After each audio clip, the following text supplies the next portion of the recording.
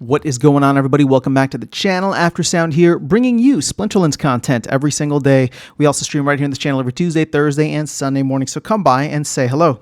All right, for all the people calling me out on the intro, yes, I am lying to you. I have not been putting out content as regularly. I was on vacation and then still doing a lot of stuff with family for the rest of this week, but I am hoping to get back to a little bit more of a normal schedule. I know I keep saying that, but we will get there. In the meantime, though, there's some videos that I'm doing right now just for you guys. Happy to be back. You can see I'm back in my home.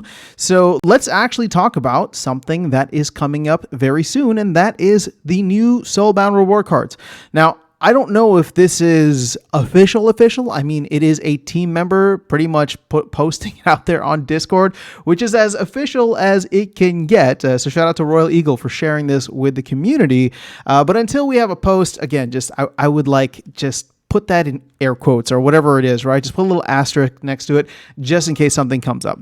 But as you can see here, they're working on getting a post to put up. We will be going into maintenance at end of season after next season, August 15th. At that time, we will change out the reward cards in the shop. So one season and some change, or a few days heads up. Now, this was yesterday. So as of today, I mean, it's like one season and like less than a day at this point for us to go in and get as many of those cards as possible.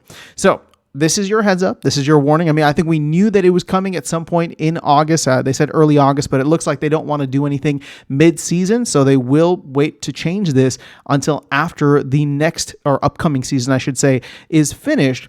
And this, I think, is just going to put a capper on this topic for me, because I've gone back and forth about, man, do I like really try to get as much of the new card or the old cards as possible, right? I've been stacking Glint for a little bit, or do I just continue stacking Glint and hope that I can get ahead with all of the new cards that will be coming out? And the truth is, the cards that I need are the epics and legendary cards. So I might go a little bit more heavy on the epics, but the legendary cards, it's too much. The 25,000 glint to get something that I already have is just too much. And at this point, I think whatever I need, I'm just gonna have to shell it out at some point in the future if I feel that it is worth it. Now, again, we'll have to wait and see what the final numbers come in as for the team. No, I'm sorry, not for the team, or I guess for the team's decision in terms of how the unlock period is going to go. My guess is that that's going to be going live at the same time, but don't quote me on that. Again, this is all that we have, so let's wait until the post does come out, and then hopefully we'll get a little bit more information on that.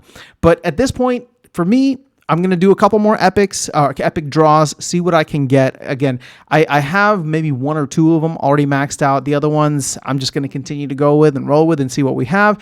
But at this point, with one season left, I think I'm going to start stacking Glint for the future and try to get as much of a head start as possible on the upcoming cards. And I know that's not like, I in a previous video, I talked about like, oh, it's going to take forever to max out some of those cards, which is true.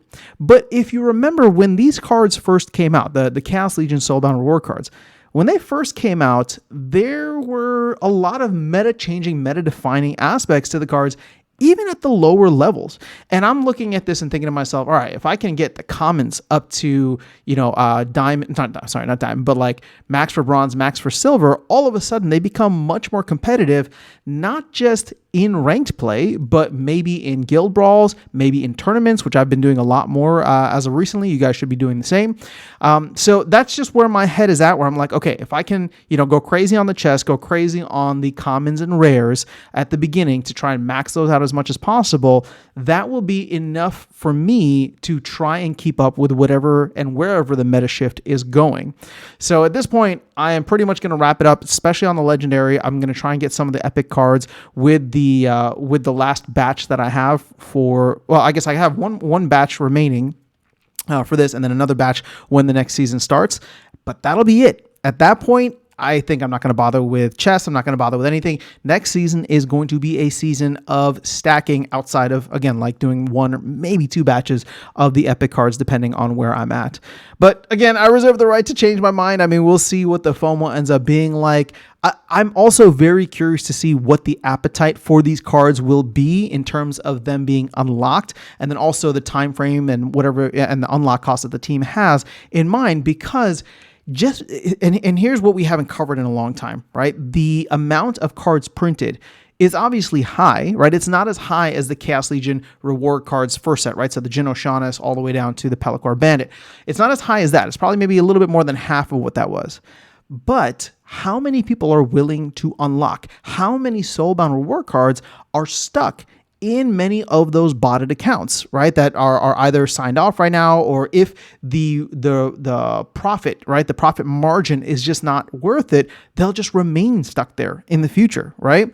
So the print rate is something that's a really big question mark, and maybe I'll save this for another video, or we'll dig into it in another video. But that's just where my head is at. I'm like, yes, I'm going to save and start stacking for the future from a player standpoint, but I am also very curious to see how things will shake out from the unlock standpoint and what that time frame is going to look like overall. So that is all I have for you guys in this video. Let me know your thoughts in the comments below. If you are excited, if you're stacking, if you're spending, I am very curious to know what the overall strategy is amongst the group. But that is all I have. I will catch you all in the next one and see you around the game. Take care.